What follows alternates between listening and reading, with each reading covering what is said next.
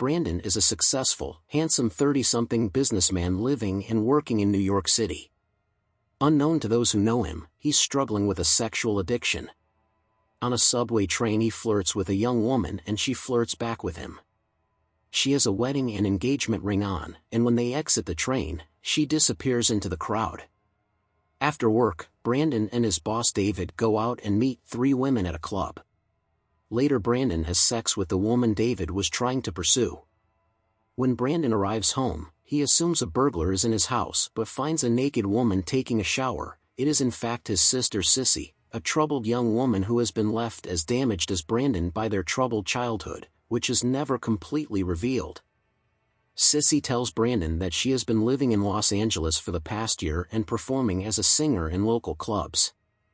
Having fallen on hard times, Sissy claims that she has no place to live and asks if she could stay with him for a while. Brandon reluctantly agrees. The next evening, Brandon and David watch Sissy singing a beautifully sad jazz version of New York, New York at a club. Afterwards, Sissy sits with Brandon and David at their table where she talks a little more about herself and her singing career before. After a casual talk over drinks, they all go back to Brandon's apartment. While Brandon checks his mail in the lobby, Sissy and David go up to his apartment. When Brandon arrives, he hears Sissy having sex with David through the bedroom door, in his bed.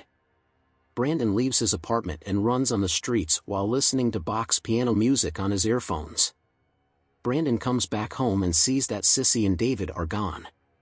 He changes the bed sheets and quickly goes to bed. A little later that night, he is annoyed by Sissy who climbs into bed and wants to cuddle him. Brandon yells at her to go back to sleep on the couch and she leaves him alone.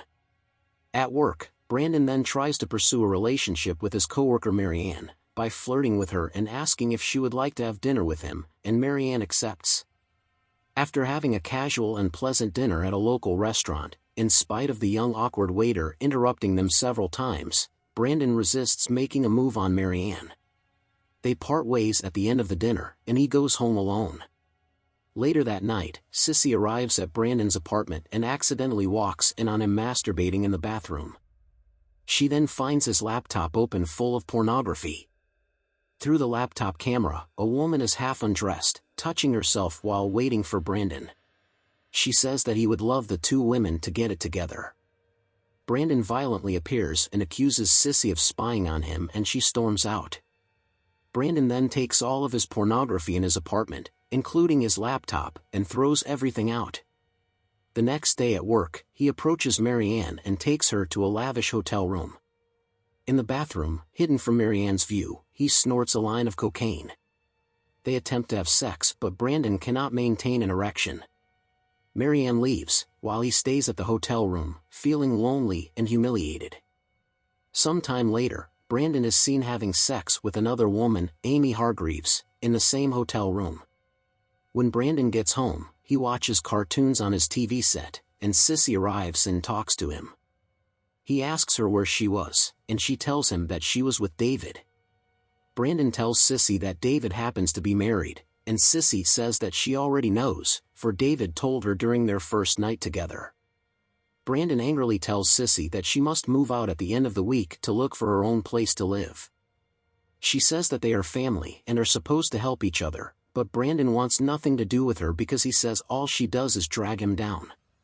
Brandon then heads out and tries to pick up a woman at a bar, Anna Rose Hopkins, but ends up getting beaten up by her boyfriend, Chaz Menendez, after he insults him by telling him how he would pleasure her.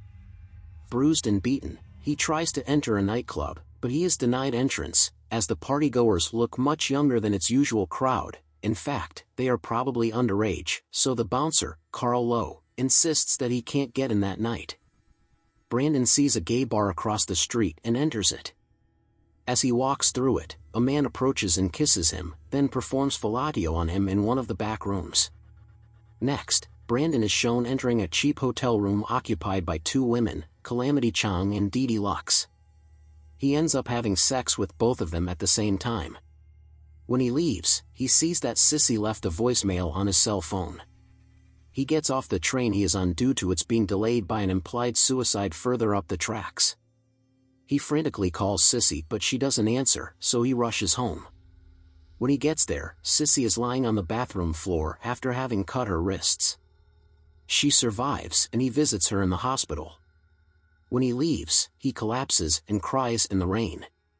Some time later, Brandon is seen sitting on the train, going to work as usual. The same woman from the beginning sits across from him, only wearing her engagement ring. He tries to look away, but she keeps staring at him and smiling, clearly flirting with him. She stands up to leave the train, expecting him to follow her like the last time.